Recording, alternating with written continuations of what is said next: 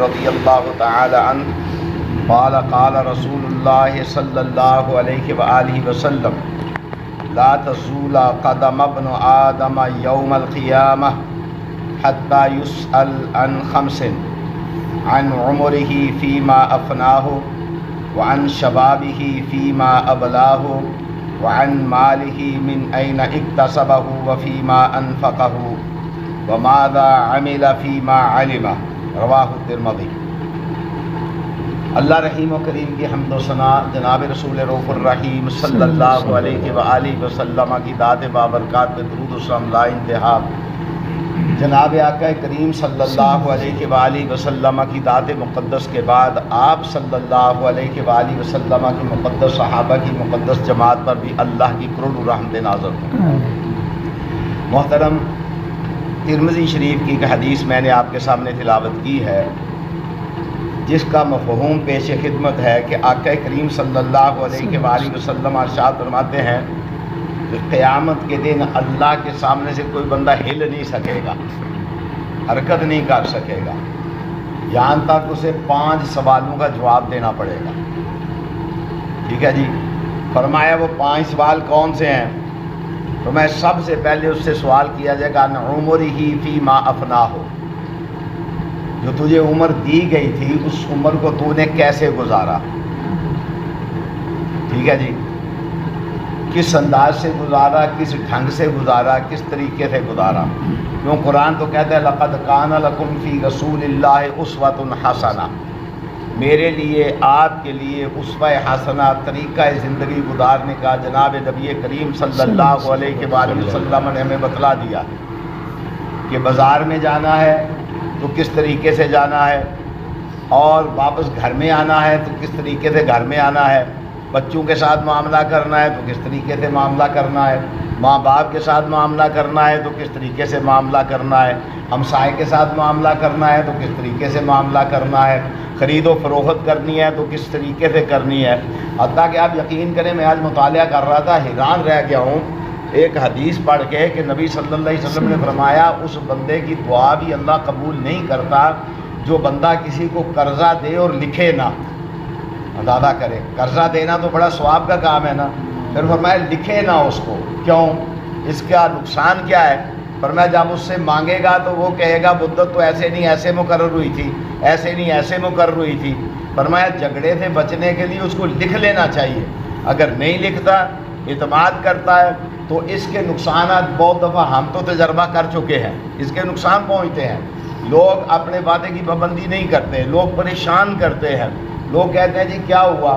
دیکھیں اس لیے فرمایا کہ کتنی دیکھنے میں چھوٹی سی بات ہے، فرمایا اس بندے کی بھی اللہ دعا قبول نہیں کرتا جو بندہ قرضہ دے اور اسے لکھے نہ، اس پر گواہ مقرر نہ کرے۔ تو فرمایا یہ سارے زندگی کے حصے ہیں، اللہ پوچھے گا کہ جو عمر آپ کو دی گئی تھی اس عمر کو آپ نے کیسے گزارا؟ اس کے بعد فوراً دوسرا سوال ہوگا، عمر کا بہترین حصہ ہے انسان کی جوانی کا، کہ جب انسان جوان ہوتا ہے وہ بہترین حصہ ہے، جوہر ہے انسان کی زندگی کا۔ فرمایا پھر نبی صلی اللہ علیہ وسلم ارشاد فرماتے ہیں پھر اس سے پوچھا جائے گا عن شبابہ فیما ابلاہ، فرمایا تجھے بہترین زندگی عطا فرمائی، طاقتور زندگی عطا فرمائی، ایسی زندگی تھی، ایسا جنون تھا تیرے جسم کے اندر، نہ تو تھکاوٹ محسوس کرتا تھا، نہ غم محسوس کرتا تھا، نہ بزدلی تھی تیرے اندر، ایسا وہ وقت تھا۔ فیما ابلاہ، فرمایا اس کو کیسے گزارا؟ اسی لیے کسی نے کہا ہے نا، در جوانی توبہ کردم شیوائے پیغمبری، وقت پیری گرگ ظالم میں شبت پرہیزگار۔ انسان کا جوانی کے وقت کی جو توبہ ہے نا وہ اللہ کو بڑی پسند ہے، جوانی کے وقت کا عمل جو ہے وہ اللہ کو بڑا ہی پسند ہے۔ اور حدیث میں کیا آتا ہے؟ نبی صلی اللہ علیہ وسلم نے ارشاد فرمایا وہ نوجوان دن قیامت کے اللہ کے عرش کے سائے کے نیچے ہوگا۔ کون سا نوجوان؟ فرمایا جس نے اپنی زندگی اللہ رسول کی فرما برداری میں اپنی جوانی کو گزارا ہوگا۔ اب توجہ فرمائے، آج کل کیا ہے، ہمیں سمجھ ہی نہیں اپنی جوانی کو ہم نے کیسے گزارنا ہے، کس طریقے سے ہم نے چلنا ہے، کس طریقے سے بیٹھنا ہے۔ فرمایا وہ شخص، وہ بندہ، وہ نوجوان جس کی زندگی اللہ اور رسول صلی اللہ علیہ وسلم کے احکام کے مطابق جوانی کی زندگی گزری ہوگی، فرمایا دن قیامت کے جب کوئی سایہ نہیں ہوگا سوائے اللہ کریم کے عرش کے سائے کے، فرمایا اس بندے کو اللہ اپنے عرش کا سایہ نصیب فرما دے گا۔ وعن شبابہ فیما ابلاہ، پوچھا جائے گا اس شباب کو، اس جوانی کو کیسے گزارا تو نے؟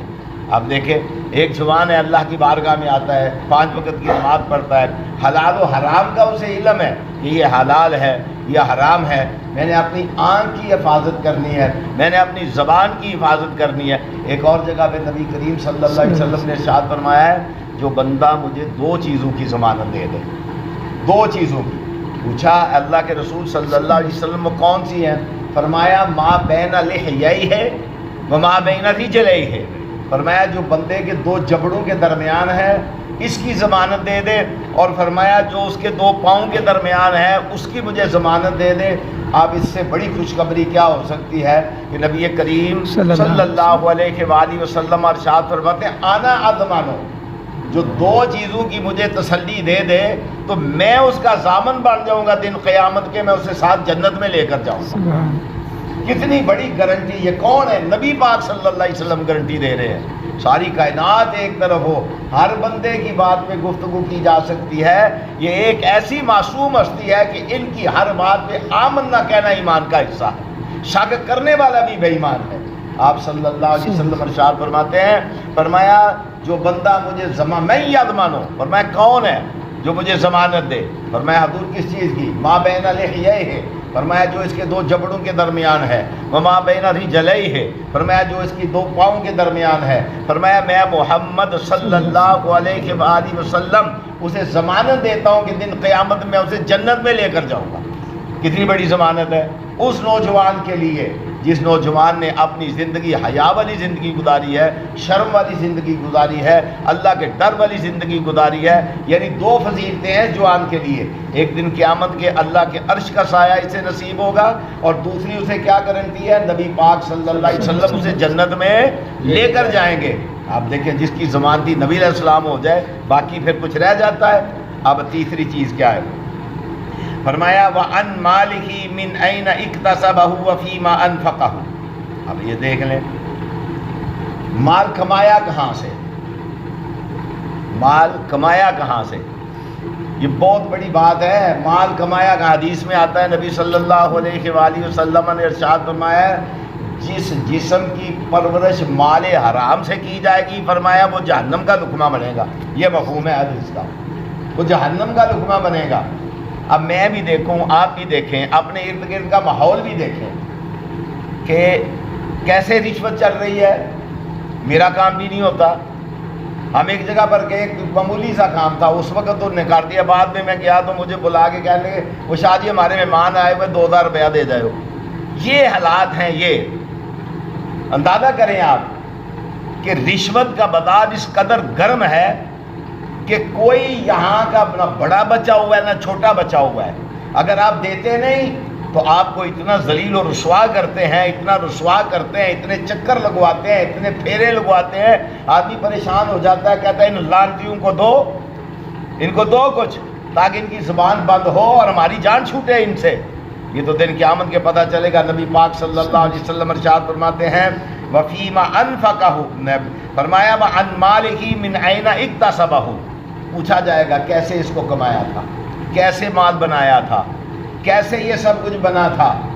کوئی ضروری ہے؟ میں اکثر کہا کرتا ہوں 2000 کے کپڑے سے 1500 کے جوڑے سے بھی گزارا ہوتا ہے، کرنا چاہیے، نہیں ہے حالات جو ہے اس کے مطابق چلنا چاہیے۔ بھائی سائیکل پر سفر کریں، نہیں لے سکتا آدمی، کوئی بات نہیں ہے۔ اللہ کی بارگاہ میں اگر میں اور آپ بری ہو گئے نا تو سمجھو میں اور آپ کامیاب ہیں، کوئی بات نہیں، پیدل چل لیں، بائی سائیکل پر چل رہے، کوئی ضرورت نہیں ہے کہ حرام کا مال اکٹھا کر کے گاڑی لے لیں، موٹر سائیکل لے لیں، کوئی ضرورت نہیں ہے اس کی۔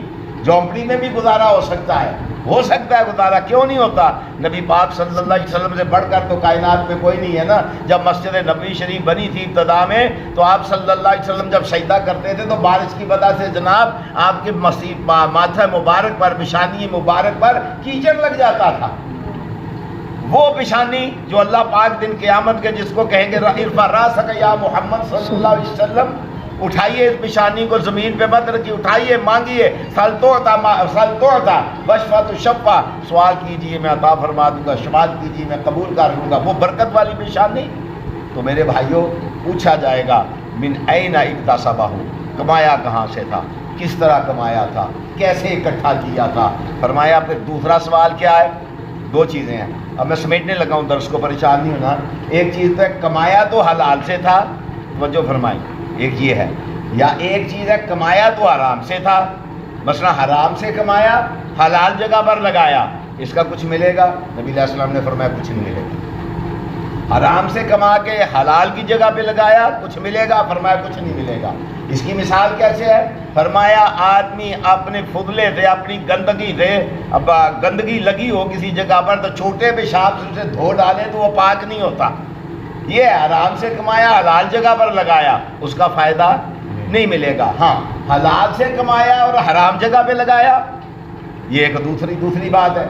حلال سے کمایا، حرام جگہ پہ لگایا، تو قرآن سے پوچھتے ہیں کیا؟ فرمایا ان المبذرین کانوا اخوان الشیاطین وکان الشیطان لربہ کفورا۔ آپ ولیمہ کرتے ہیں اس انداز میں کریں جس سے آپ کے ہمسائے کو تکلیف نہ ہو، اس حساب سے کریں کہ معاشرہ برباد نہ ہو جائے، کہ جس آدمی کے پاس نہیں وہ سوچے گا کہ یا اللہ میں کیا کروں، اس نے اتنا بڑا کام کر لیا ہے۔ بیٹی کو جہیز دیتے ہیں، اتنا دے کہ جس سے دوسرا آدمی پریشان نہ ہو معاشرے میں، حالانکہ اسلام میں جہیز کا تصور نہیں ہے۔ فرمایا کمایا حلال سے، خرچ کیا حرام جگہ پر، جب حرام جگہ پر خرچ کیا تو قرآن کہتا ہے ان المبذرین کانوا اخوان الشیاطین وکان الشیطان لربہ کفورا۔ فرمایا اسراف کرنے والا، ابذار و تبذیر کرنے والا، اللہ فرماتا ہے یہ شیطان کا بھائی بند ہے۔ یہ سوچے کہ حلال سے کما کے حرام کی جگہ پر خرچ کرنا، اس سے بڑی تو بد نصیبی نہیں ہے۔ خوش نصیبی یہ حلال سے کمایا، حلال جگہ پر خرچ کیا۔ اب آگے چلیں، نبی صلی اللہ علیہ وسلم نے پھر پوچھا وَمَاذَا عَمِلَ فِيمَا عَلِمَ۔ ہون مولوی صاحب آ جائیں، آپ مولوی صاحب جو علم آپ نے پڑھا تھا، مولوی صاحب نہیں سارے آ جائیں، جتنے بھی عالم فاضل ہیں، دنیا کے عالم فاضل ہیں وہ بھی، دین کے عالم فاضل ہیں وہ بھی، جو علم آپ نے پڑھا تھا کیا اس علم کا حق ادا کیا تھا؟ اس کا حق ادا کیا تھا؟ ہم مثال کے طور پر ناراض نہ ہونا، ایک ڈاکٹر کے پاس جاتے ہیں، میرے پاس ایک ڈاکٹر آ کے کہنے کہ فتویٰ چاہیے، میں نے کہا لے لے، میں نے کہا مسئلہ تو مفت بتاتا ہوں، چاہے 1.5 گھنٹہ لگ جائے، فتوے کی میں فیس لیتا ہوں۔ تو میں نے کہا، میں نے سمجھا وہ ہومیوپیتھی ڈاکٹر ہوگا، میں نے کہا کہاں سے آئے ہیں؟ کہنے لگے دولت نگر سے آیا ہوں۔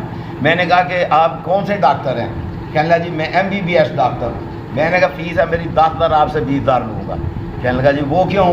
میں نے کہا اس لیے کہ آپ ڈاکٹر ہیں، آپ MBBS ہیں، آپ کی فیسیں بھی اتنی ہیں، آپ جب نسخہ لکھتے ہیں تو یہ جو آپ میڈیکل کے جو ہوتے ہیں لڑکے پھر رہے ہوتے ہیں، ہاں وہ ان سے کیا کیا معاملات ہوتے ہیں آپ کے؟ سوچیں نا ذرا، علم سیکھا، اللہ نے علم دیا، یہ کہاں لکھا ہوا ہے کہ اسے 1 گولی کی ضرورت ہے آپ 6 گولیاں لکھ دیں؟ کہاں لکھا ہوا ہے یہ؟ اس سے پیسے لیے، غریب کی جیب پہ ڈاکہ ڈالا، غریب علاج کروانے سے مجبور ہو گیا ہے۔ ڈاکٹر بھی پوچھا جائے گا، وکیل بھی پوچھا جائے گا، مولوی صاحب بھی پوچھے جائیں گے۔ مولوی صاحب یہ نہ سمجھے کہ میں نماز پڑھا لیتا ہوں، جمعہ پڑھا لیتا ہوں، مجھے پوچھا نہیں جائے گا، نہیں پوچھا جائے گا۔ حدیث میں آتا ہے ایک عالم کو، حافظ قرآن کو، قاری قرآن کو بلایا جائے گا دن قیامت کے، اس سے پوچھا جائے گا سنا تو کس لیے دین کی خدمت کرتا تھا؟ وہ کہے گا اللہ تیرے لیے۔ اللہ کہیں گے میں علام الغیوب ہوں، میرے لیے نہیں، تو اس لیے کرتا تھا کہ لوگ کہیں بڑا علامہ ہے، بڑا فہامہ ہے، بڑا فلانا ہے۔ فرمایا دنیا میں تجھے لوگوں نے کہہ دیا کہ بڑا صاحب علم تھا، فرمایا آج تجھے منہ کے بل جہنم کے اندر گرایا جائے۔ اللہ تعالیٰ سے پناہ مانگنی چاہیے۔ یہ 5 چیزیں ہیں، ان کی تیاری کرنی چاہیے، اور اللہ تعالیٰ سے میں دعا کرتا ہوں اللہ آپ سب پر رحم فرما۔ باقر دعوانا الحمد